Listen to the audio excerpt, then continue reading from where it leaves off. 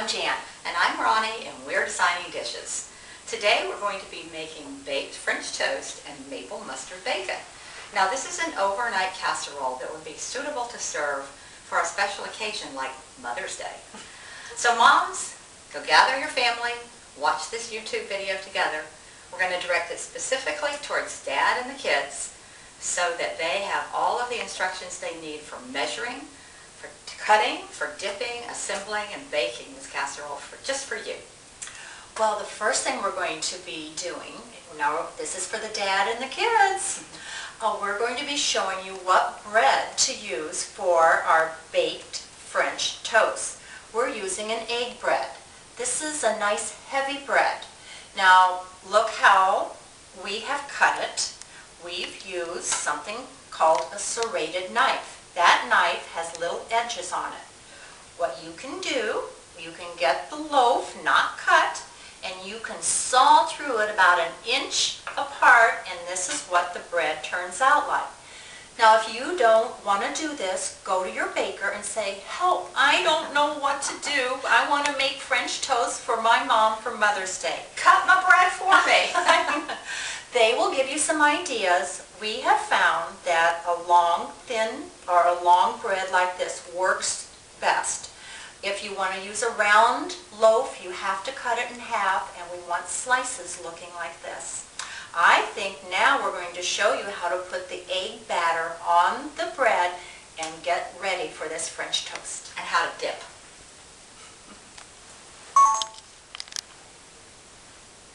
For this recipe, you're going to need 6 large eggs. I've already cracked 5 of the eggs and put them into a large bowl.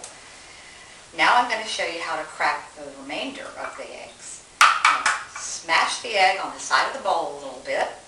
You're going to put your fingers in that little smashed part and pull the eggshell apart. And the reason we're doing that is because we want to look in that little bowl and see if there are any pieces of eggshell in there. If there are any pieces of eggshell, you'll take a little spoon and you'll get it out. And that way, if there is an egg and you mess it up too bad, like if you get egg all over the place or something, you've only spoiled one egg, not the whole bowl. So we're going to add that into our bowl now. And we're going to use either a wire whip or a fork to stir the eggs with. I prefer the wire whip, but if you don't have one and you can't find Mom's, it's okay to use the fork. And we're going to beat the eggs up a little bit first to get them combined together before we add the remaining ingredients. Our next ingredient is going to be milk. We have 1½ cups of milk in this bowl that I've already measured. After the milk, we're going to be adding half and half. I have 3/4 of a cup of half and half in this measuring cup. This is called a liquid measuring cup. Now how did I get 3/4 of a cup in there? I poured the half and half and got down at eye level. And as I was pouring, I made sure it stopped right at 3/4 of a cup. That's how you measure a liquid. Let's pour in the milk. And we're going to keep beating as we add all of these ingredients. And now we're going to pour in the half and half. And the way that you're going to know if you've beaten this mixture enough is when you stop beating and you look at it. If you don't see any more pieces of egg or any spots of cream or milk, or it's just kind of all what's called homogenized or blended together, then you know you're ready to go on to the next ingredient. I think we're ready. We're ready. Now in this bowl we have our sugar, and we also have 2 spices. The sugar is a ½ cup of white granulated sugar, and not the powdered sugar, the kind that's granulated. And to that sugar we have added our 2 spices, the first one being nutmeg, and nutmeg comes in a can usually. It might be in a little glass jar. It'll be where your mom keeps her spices. And that was 1/4 of a teaspoon of nutmeg. And I wanted to talk to you just a moment about teaspoons. We're not talking about the kind of teaspoon that you use to eat your cereal with. We're talking about measuring teaspoons. They come in a set, what's called a set. They may not be attached together on a ring, but you're going to look for 1/4 of a teaspoon. That's this little one. And then you have a 1/2 teaspoon and 2 or 3 other sizes in there, depending on what measuring spoon set you have. But you'll probably find some somewhere in Mom's kitchen. And then the cinnamon is a 1/2 teaspoon of ground cinnamon. And both of those are called ground spices because they are ground up. So you wouldn't use like stick cinnamon and you wouldn't use whole nutmeg. And we're going to add that to our egg mixture. Now, there's something else in that bowl that you need to know about. It is something called vanilla extract. Your vanilla extract is going to be a liquid, and it usually comes in something like this. It could be in a smaller container. And we are adding 1 teaspoon of vanilla extract. And in that bowl also was a little bit of salt. 1/2 teaspoon of salt. And now we're mixing it all up, and we're going to be adding it to the bread.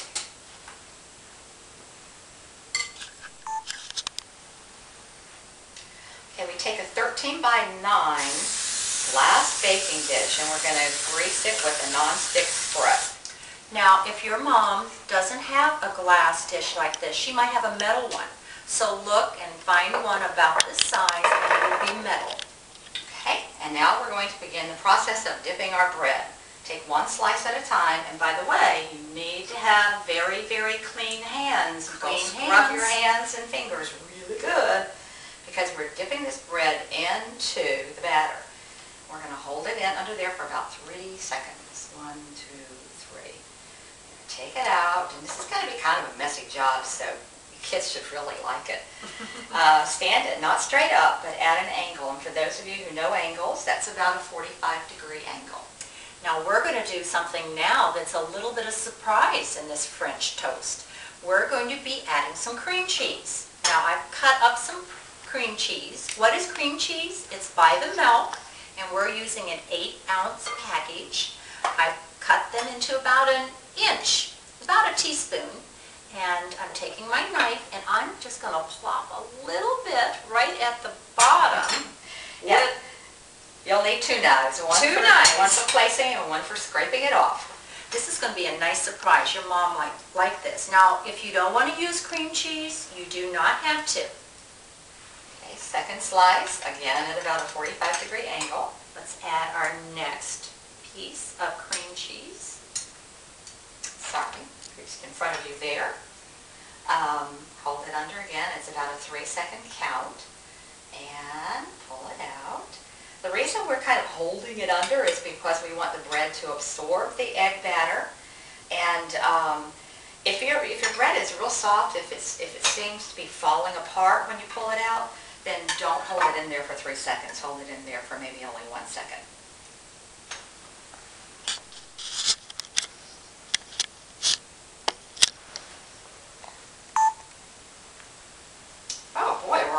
Getting to the end here. Ooh, it looks good. Yeah.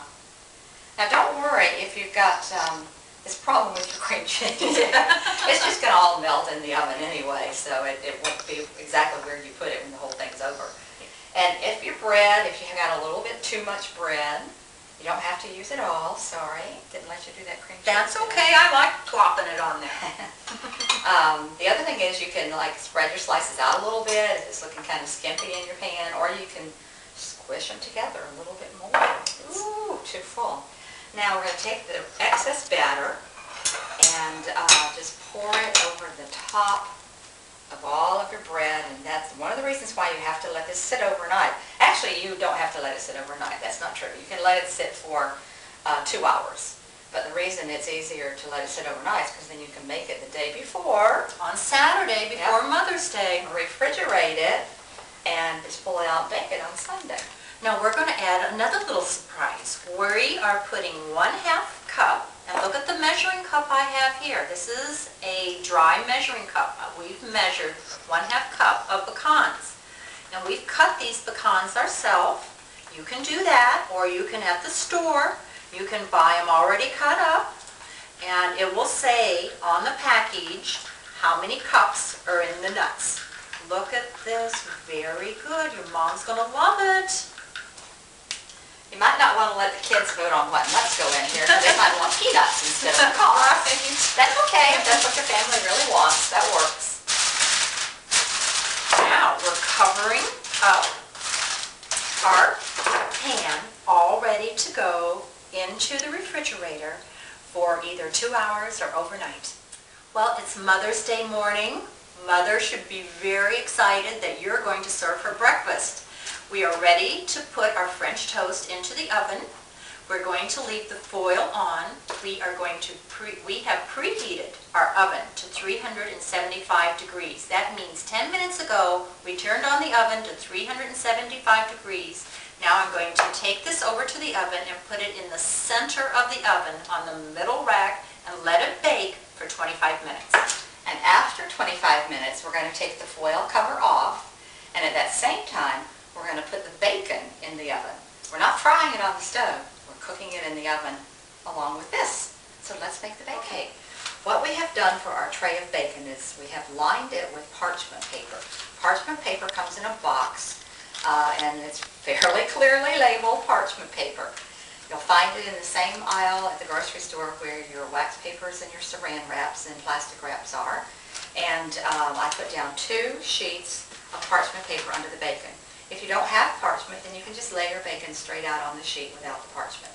This is 3/4 of a pound of good quality bacon. It's kind of a not super thin and not thick cut, it's just regular bacon. Now what we're going to do is put a glaze on the bacon.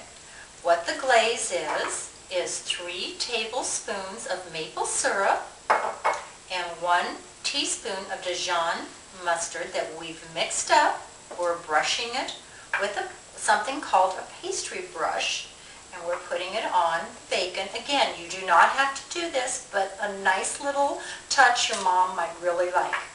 We're going to put the bacon in the oven at 375 degrees when we take the foil off of the French toast. This will cook at the same time we finish up our French toast, and your mom will be ready for breakfast.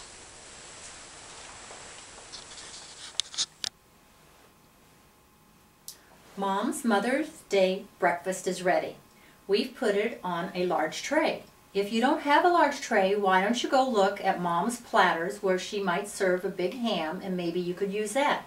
You don't have to use a tray though. If you want to, you could serve Mom her breakfast at the table. Now take a look at our plate. We have chosen to serve 3 slices of the French toast. We've also put 3 slices of the bacon on the plate. Now one thing about the bacon, when you're cooking it, you need to be very careful. Keep an eye on it, especially the last 5 minutes of that 25 minutes of baking time. It does tend to get a little brown sometimes on the edges, and some bacon is thinner and some is thicker. So you do have to keep an eye, and if it starts browning too rapidly, pull it out of the oven. Now we've also chosen to add some strawberries, and we've added a real big pile of strawberries because we thought maybe that you kids might want to hop in bed with Mom and have a berry or 2. Now if you don't want to use strawberries, why don't you look in Mom's cabinet? She might have some canned fruit. You could use that. Peaches, that might be an idea. And if Mom loves orange juice, look how we have it displayed. We looked in her china cabinet and we found a nice champagne glass. She also might like coffee or tea, so why don't you put that on the tray? And we've added a little syrup. That's maple syrup because we want her to be able to add some to her French toast. We've also put real feminine touches on the tray because Mom does like those feminine touches. So we've gotten a nice white linen napkin, laid the silverware on top of the napkin, and then on the other side of the tray we have a beautiful rose. What tray would not be complete without a flower of some kind? If you don't want to buy a flower, you can always look out in Mom's yard and see if there's anything that you could pick to lay on the tray, but make sure it's something that's not her treasured plant that she would be upset about. And the pretty white doily underneath adds another feminine touch. Now look at the final thing on the tray. We have put a Mother's Day card. You can make your own Mother's Day card or you can buy one. This one you can make, and look what we've put on the inside. Why don't you do some special things for Mom? I'll wash your car, I'll set the table, and everybody sign their name. We hope you enjoyed our Mother's Day breakfast, and we hope you learned a little bit about how to prepare a nice breakfast for Mom. But this doesn't have to be just for Mother's Day. It could really be for any special occasion breakfast. Remember, you saw us on YouTube today. If you have any comments, just jot them down and get them to us. If you want to contact us, we're at designingdishes@gmail.com. We'll answer any questions for you. We have a Twitter account, and we're also on Facebook. We're Designing Dishes. I'm Jan. And I'm Ronnie. Thanks for joining us. See you next time.